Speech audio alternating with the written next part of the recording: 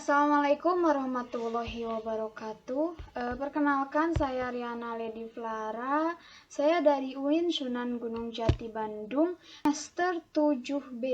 Nah, pada kesempatan kali ini saya akan menjelaskan bab tentang induksi elektromagnetik, yang mana pada video kali ini terfokus oleh dua subbab, yaitu tentang gegel induksi dan juga hukum Lenz. Nah, sebelum mulai ke pembahasan, saya akan mencoba menjelaskan melalui virtual lab dari gegel induksi.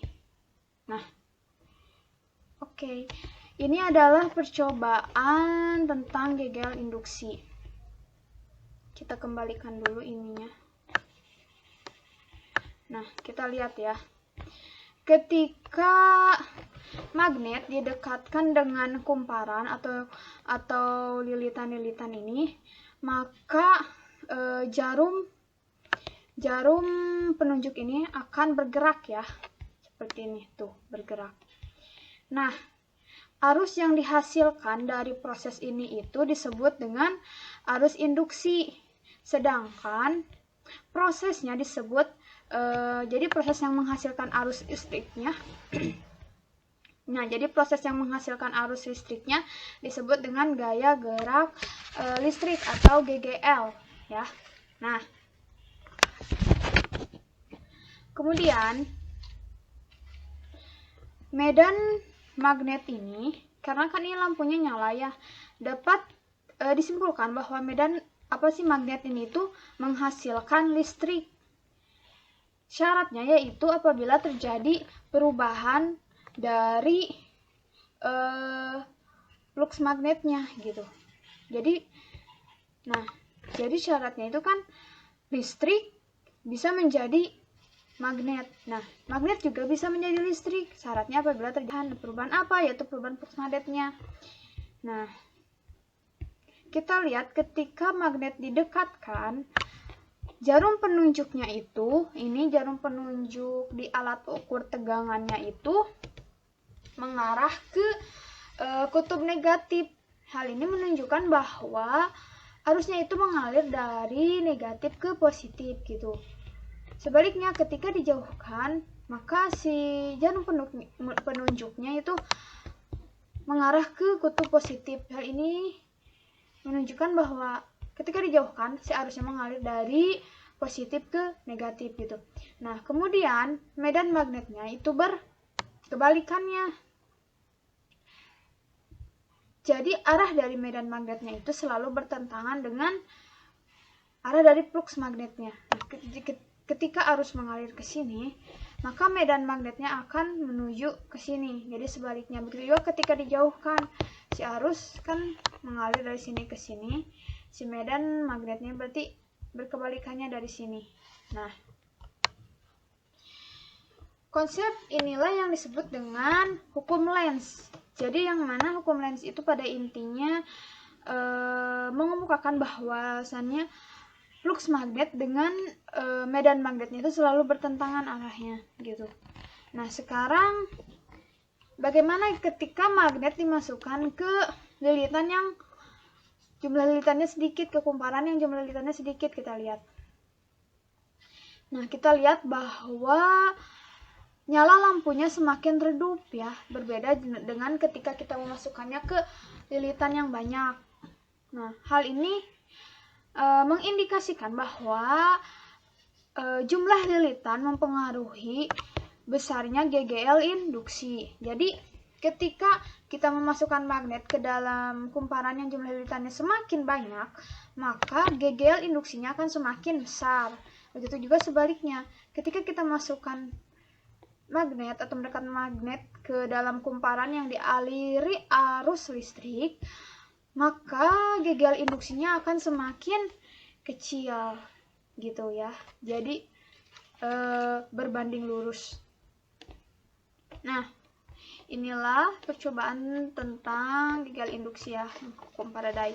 Oke, kita kembali ke PowerPoint. Nah, ini dia. Ini adalah penjelasan dari lab magnet virtual yang tadi ya. Nah, di mana induksi elektromagnetik adalah gejala timbulnya arus listrik pada suatu penghantar karena perubahan fluks magnet atau perubahan medan magnet. Nah, gaya gerak listrik yang timbul inilah yang disebut dengan GGL induksi. Sedangkan arus listrik yang dihasilkannya disebut dengan arus induksi.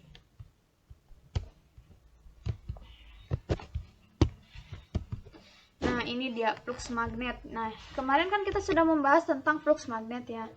Di mana fluks magnet ini adalah banyaknya garis-garis gaya magnet yang menembus bidang secara tegak lurus. Ini merupakan persamaannya. Nah, apabila induksi magnetiknya tidak tegak lurus dengan bidang magnet, maka fluks magnetnya itu ditambah dengan nilai sudutnya. Nah, seperti di gambar ini. Seharusnya kan medan magnet dengan luas bidang ini tuh tegak lurus. Nah, ketika tidak tegak lurus maka akan terbentuklah sudut, yang mana sudut ini terbentuk dari garis normal dan juga medan magnet yang menembus luas bidangnya ini. Nah, ini adalah keterangannya dan ini adalah satuannya. Seperti itu. Nah, ini adalah hukum Faraday. Nah, seperti yang tadi dijelaskan bahwa GGL induksi dihasilkan ketika adanya perubahan fluks magnet per satuan waktu. Jadi, apa kaitannya fluks magnet dengan GGL induksi? Karena yang tadi GGL induksi dihasilkan dari fluks magnet yang mengalami perubahan setiap waktunya. Nah, ini adalah persamaan fluks magnet yang tadi ya, yang di awal. Dari persamaan ini maka kita masukkan ke ini ya. Jadi fluks magnetnya diganti dengan ini, maka dapatlah persamaannya seperti ini. Nah, karena tadi yang seperti yang sudah dijelaskan bahwa jumlah lilitan pada kumparan yang dialiri arus listrik itu mempengaruhi besarnya GGL, maka di sini kita masukkan N-nya. N-nya itu jumlah lilitan. Nah, BA cos θ-nya itu kan ini ya, fluks magnet. Jadi bisa diganti dengan seperti ini. Jadi persamaan dari hukum Faraday adalah ini gitu. Nah, kita lanjut. Nah, ini. Nah, ini dia persamaan hukum Faraday. Kita lanjut. Nah, dalam hukum Faraday ini menjelaskan bahwa besarnya GGL induksi yang terjadi pada suatu kumparan akan sebanding dengan laju perubahan fluks magnet dan jumlah lilitannya. Kita lihat, ini GGL induksi, ini jumlah lilitan. Sebanding. Kenapa sebanding? Karena ini kan dibagi ya. Kalau misalkan hubungan GGL dengan delta T, itu berbanding terbalik ya. Berarti tidak sebanding atau tidak linear. Sedangkan GGL induksi dengan jumlah lilitan dan juga flux magnet adalah sebanding atau berbanding lurus atau linear. Yang artinya bahwa semakin besar jumlah lilitan, maka akan semakin besar juga nilai dari GGL induksinya. Begitu juga dengan flux magnet. Semakin besar nilai dari flux magnetnya, maka GGL induksinya akan semakin besar. Dan juga sebaliknya, jika nilai N dan flux magnetnya ini kecil, maka GGL induksinya juga akan kecil. Kita lihat tadi yang percobaan tadi, kan ketika jumlah lilitannya sedikit, nyala lampunya redup ya. Tapi ketika kita masukkan magnet ke jumlah lilitan yang banyak, nyala lampu akan semakin terang gitu. Ini dibuat dalam persamaan matematis, maka seperti ini gitu. Nah, ini adalah keterangannya. Dan ini adalah satuannya. Nah, seperti itu. Selanjutnya ini adalah hukum Faraday, yaitu perubahan pada variabel-variabel tertentu. Ini adalah persamaan hukum Faraday yang tadi ya. Ini ada keterangannya, ada satuannya. Nah, flux magnet kan sama dengan A kali B ya, ketika tegak lurus. Nah, kemudian nilai dari A-nya ini kita turunkan terhadap waktu, di mana nilai B-nya tetap konstan, maka dapatlah nilai seperti ini. Kemudian GGL sama dengan B kali L kali V. Kenapa? Kita buat atau kita umpamakan nilai N ini itu 1, maka di sini tidak perlu dibawa ya. Kalau misalkan nilainya 1 atau tidak diketahui gitu.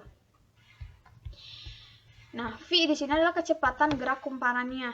Ini satuannya meter per sekon. Nah, sekarang bagaimana persamaan arus induksinya? Seperti yang tadi, bahwa dari gerakan tadi itu menghasilkan arusnya yang disebut dengan arus induksi.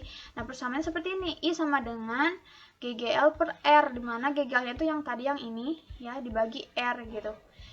Nah, kemudian yang GGL ini nilai dari fluxnya kita ganti, kemudian kita turunkan cosnya menjadi min sin omega theta ya, maka dapatlah persamaan seperti ini. Ini kan negatif kali negatif jadi positif ya, jadi menghasilkan seperti ini. Maka persamaan dari GGL maksimumnya, nah jadi GGL maksimum itu persamaannya N kali B kali A kali omega, kayak gitu ya. Ini adalah perubahan variabel tertentu pada hukum Faraday.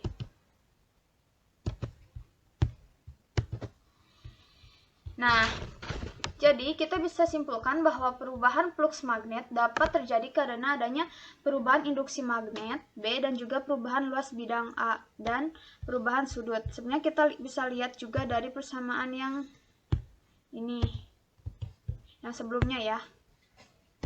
Nah, yang ini. Jadi GGL induksi itu dipengaruhi oleh jumlah lilitan, flux magnet, dan juga waktu. Perubahan sudut. Nah, yang selanjutnya yaitu tentang hukum Lenz.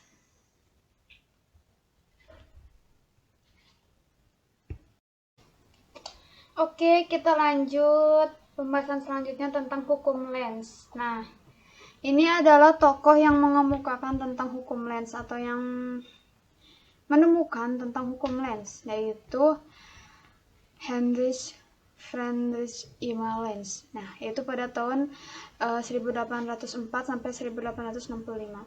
Dia adalah seorang ahli dalam bidang elektromagnetik yang berasal dari negara Rusia.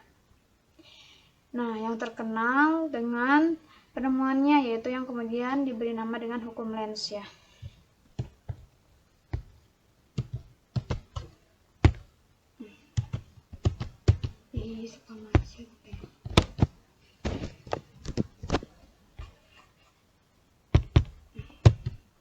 Nah,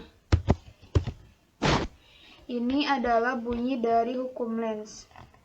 Hukum Lenz berbunyi bahwa arah arus induksi sedemikian rupa sehingga berlawanan arah dengan perubahan yang dihasilkannya. Yang tadi ya, yang dipertolak tadi, jadi arah dari induksinya itu akan selalu berlawanan dengan arah yang dihasilkan. Nah, dengan kata lain, arah arus induksi yang terjadi dalam suatu penghantar menimbulkan medan magnet yang menentang. Nah, menentang di sini artinya berlawanan ya, yang menyebabkan perubahan magnet tersebut.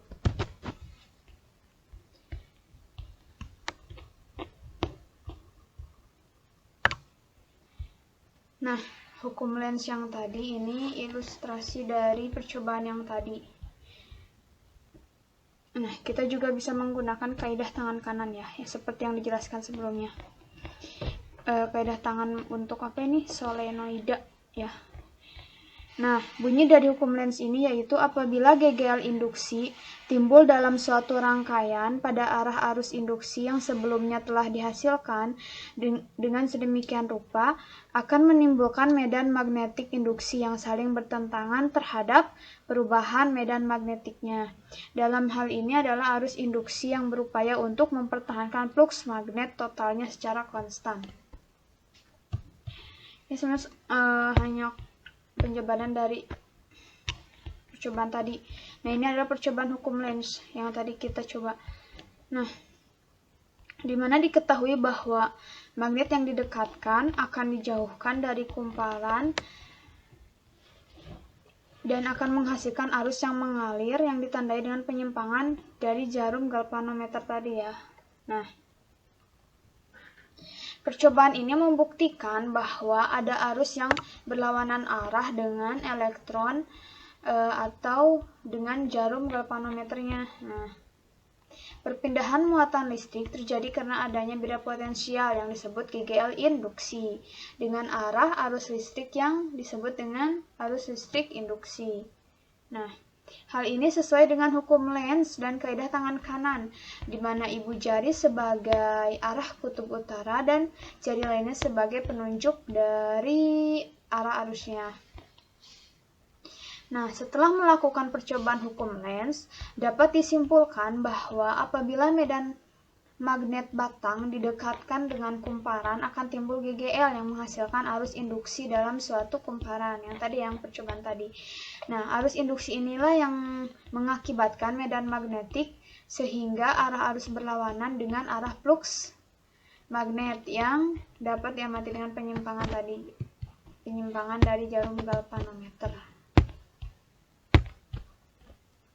Nah, ini dasar dari hukum Lenz adalah hukum Faraday, di mana hukum Faraday memberitahukan kepada kita bahwa medan magnet yang berubah akan menginduksi arus dalam sebuah konduktor. Sedangkan hukum Lenz memberitahukan kepada kita tentang arah arus induksi ini itu menentang perubahan medan magnet yang dihasilkannya. Nah, oleh karena itu, terdapat tanda negatif di rumus hukum Faraday. Yang tadi kan di persamaan hukum Faraday itu ada tanda negatifnya ya. Nah, tanda negatifnya itu menunjukkan bahwa arus induksinya itu berlawanan dengan dengan medan magnetnya, arahnya berlawanan gitu. Menentang itu artinya berlawanan gitu ya. Nah, selanjutnya. Nah, kita ke contoh soal. Di sini ada sebuah kumparan dengan jumlah lilitan 100 lilitan yang mampu menimbulkan flux magnet dengan jumlah 10⁻⁴ Weber hanya dalam waktu 0,01 detik ketika didekatkan pada medan magnet. Nah, hitunglah berapa gaya gerak listrik yang timbul pada bagian ujung kumparan tersebut. Gaya gerak listrik berarti yang ditanyakan apa? GGL ya. Nah, langsung kita penyelesaian. Nah, tadi kan diketahuinya N 100 lilitan. Kemudian flux magnetnya 10⁻⁴ Weber dibagi T-nya tadi kan 0,01 sekon. Jadi ini tinggal dibagi aja. Maka menghasilkan 10⁻²2 Weber per sekon. Nah, kemudian tinggal kita masukin ke persamaannya. Tadi kan 100 lilitan, tinggal masukin hasil dari ini kan 10⁻², tinggal jadi 100 dibagi 10⁻², hasilnya 1 volt. Ingat, negatif adalah tanda yang menunjukkan bahwa arahnya berlawanan. Nah, ini ada keterangan tanda negatif menandakan bahwa arus listrik induksi yang terjadi pada sebuah kumparan. Jadi, total dari gaya gerak listrik induksi elektromagnet yang diperoleh dari ujung kumparan tersebut sebesar 1 volt. Kemudian ini ada contoh soal kedua. Sebuah kumparan plat berbentuk persegi memiliki jumlah lilitan sebanyak 5 lilitan. Kemudian kumparan tersebut memiliki sisi panjang sebesar 0,5 meter dan memiliki medan magnet sebesar 0,5 Tesla. Kumparan tegak lurus dengan medan magnet. Medan magnet mengalami kenaikan dari 0,5 Tesla menjadi 1 Tesla dalam waktu 10 sekon. Dengan menggunakan hukum Faraday, hitunglah berapa GGL induksi yang timbul. Nah, kita langsung jawab, ini adalah caranya. Dimana flux magnet itu kan adalah perubahan pada medan magnet yang dinyatakan dengan ini persamaannya ya. B kali A. Nah, medan magnet awal kita simbolkan dengan B1. Sedangkan medan magnet kedua kita simbolkan dengan B2. Nah, kita dapat mencari nilai GGL induksi itu dengan menggunakan hukum Faraday yang persamaan tadi. Kenapa ini mah tandanya nggak dipakai? Sebenarnya itu nggak ngaruh ya mau dipakai mau tidak, karena tanda negatif itu hanya menunjukkan arah gitu. Tinggal kita masukin nilainya. Nah, dimasukin tadi kan. Nah, bentar. Nah, ini kan jumlah lilitannya 200. Mana sih? Nah, ini jumlah lilitannya kan 5 ya, 5 lilitan. Jadi tinggal dimasukin aja sih ke sini. Tinggal dimasukin nilai N-nya diganti dengan yang diketahui. Kemudian flux ini tuh kan sama dengan B kali A ya. B-nya berarti pakai yang B2. Nah, kemudian B1-nya pakai yang nilai B1 yang ini.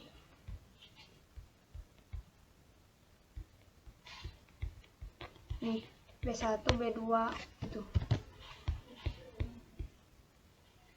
Tinggal dimasukin aja. Nah, jangan lupa kita harus cari dulu A-nya. A itu kan luas ya. Karena kan ini adalah bentuknya persegi. Berarti rumus dari luas persegi adalah sisi kali sisi. Jadi 0,5 kali 0,5. Tinggal ini nanti B2-nya dikurangi B1 kan ini ya. Ini B1, ini B2. Jadi tinggal 1 diambil 0,5 gitu. Jadi jangan lupa sebelum mencari B itu kita cari dulu nilai A-nya gitu. Kalau belum diketahui di soal, kalau udah diketahui di soal ya udah tinggal dimasukin gitu. Dapat deh nilai ini GGL-nya yaitu 0,06625 volt. Kemudian ini adalah contoh soal ketiga, di mana ada flux magnetik kumparan pertama yang mempunyai 200 lilitan berubah sebesar atau berubah menjadi 0,06 Weber dalam waktu 0,4 sekon. Nah, dalam kumparan kedua, flux magnetik berubah sebesar 0,08 Weber dalam waktu 0,2 sekon. Bila jumlah lilitan kedua diganti separuh jumlah lilitan kumparan pertama, maka perbandingan GGL induksi kumparan pertama dan kedua adalah, nah, kita pahami dulu ini jumlah lilitan kedua diganti separuh. Separuh berarti sebagian atau setengah dari jumlah lilitan kumparan ke 1. Jumlah lilitan kumparan ke 1 itu kan 200. Berarti setengah dari 200 adalah 100 lilitan. Setelah itu kita tinggal masukin. Nah, ini adalah B ke 1 kan. Nah, kita lihat penyelesaiannya. Nah, ini dia. Ini kan N1-nya itu 200 lilitan, setengah dari N1 berarti 100 lilitan kan, karena kan separuhnya. Kemudian B1-nya 0,06 Weber, B2-nya 0,08 Weber, T1-nya 0,4, T2-nya 0,2. Ditanyakannya itu perbandingan antara GGL ke 1 dan kedua, tinggal kita masukin. Jadi kita cari satu-satu dulu. Yang pertama, pakai rumusnya sama ya yang ini. Nah, ini tinggal masukin nilai N-nya berapa, N1, kemudian flux ke 1, kontak ke 1 masukin. Ini juga kan N1-nya 100, B2-nya 0,08, T2-nya 0,2. Nah, dapat hasilnya yang atas 3, yang bawah 4. Jadi perbandingan antara GGL ke 1 dan kedua itu adalah 3/4. Seperti itu penjelasannya. Oke, selesai deh. Oke, terima kasih. Cukup sekian penjelasan materi tentang GGL induksi dan juga hukum Lenz. Semoga bermanfaat dan dapat dipahami. Kurang dan lebihnya saya mohon maaf. Wabillahi taufiq wal hidayah. Wassalamualaikum warahmatullahi wabarakatuh.